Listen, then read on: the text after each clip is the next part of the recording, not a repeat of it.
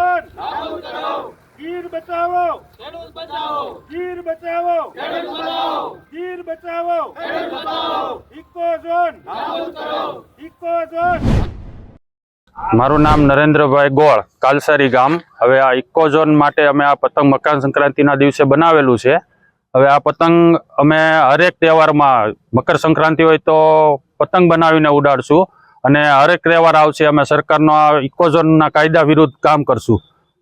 કેવી રીતની પતંગ બનાવી, શું મહેનત? અમે 3 થી 4 દિવસ અમે 10 યુવાનો મળીને આ પતંગ બનાવ્યું છે। અમે 8 ફૂટનું મોટું પતંગ બનાવીને અને આકાશમાં અત્યારે ઉડાડી દીધું છે। શું માંગણી છે તમારી? અમારી માંગણી છે કે આ 196 ગામમાંથી આ કાળો કાયદો ઇકો ઝોન હટાવવામાં આવે। હું જુનાગઢ જિલ્લા કોંગ્રેસ પ્રમુખ ભરત અમીપરા। આજ રોજ ઇકો ઝોન નાબૂદ કરોના કાર્યક્રમ અમે જુનાગઢ જિલ્લાના વિછાવર તાલુકાના કાલસારી ગામે આપેલ છે। કારણ કે આ ભાજપ સરકાર એક કોઈ ઉત્સવ આપણે મનાવવા દે એવી પોઝિશનમાં રાખ્યા નથી। કારણ કે કાળા કાયદા લાવી અને 196 ગામમાં ખેડૂતો કેમ બરબાદ થાય આ એનો આશય હોયને કારણે અમે લોકો બધા ખેડૂત આગેવાનો ભેગા થઈ અને એવો સરસ મજાનો કાર્યક્રમ કરેલ છે।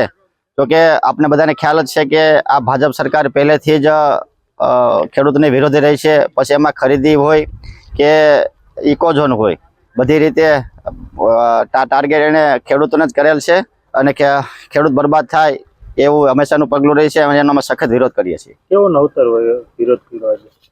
આજે અમે બધા જુનાગઢ જિલ્લાના સર્વપક્ષીય દરેક આગેવાનો ભેગા થઈ અને 9 ફૂટની અમારા કાલસારી ગામના યુવાનોએ મોટી પતંગ બનાવી અને એમાં ઇકો ઝોન લખી અને દરેક વ્યક્તિએ દોરી ખેંચી અને આકાશમાં બધા ભેગા થઈને પતંગ ચગાવી અને પતંગ પણ એવી સરસ મજાની ચગી કે આપણી સાથે કુદરત છે। એટલે અમને 100% ભરોસો છે કે આ 196 ગામમાં ઇકો ઝોન લાગુ સરકાર નહીં થવા દે અને અમે પણ નહીં થવા દઈએ।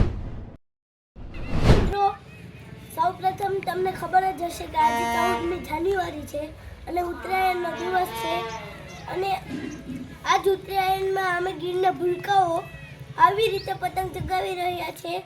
પતંગ ઉપર ઇકો ઝોન હટાવો એવું લખીને ઉત્તરાયણ ઉજવી રહ્યા છે। કારણ કે આ ગીરમાં જો ઇકો ઝોન આવી ગયું તો આ નાના ભૂલકાઓની જિંદગી બગડશે અને તેના માતા પિતાને કેટલું દુઃખ ભોગવવું પડશે। એટલા માટે હું સરકારને કહેવા માંગુ છું કે ઇકો ઝોન નાબૂદ કરો। આભાર રજૂ।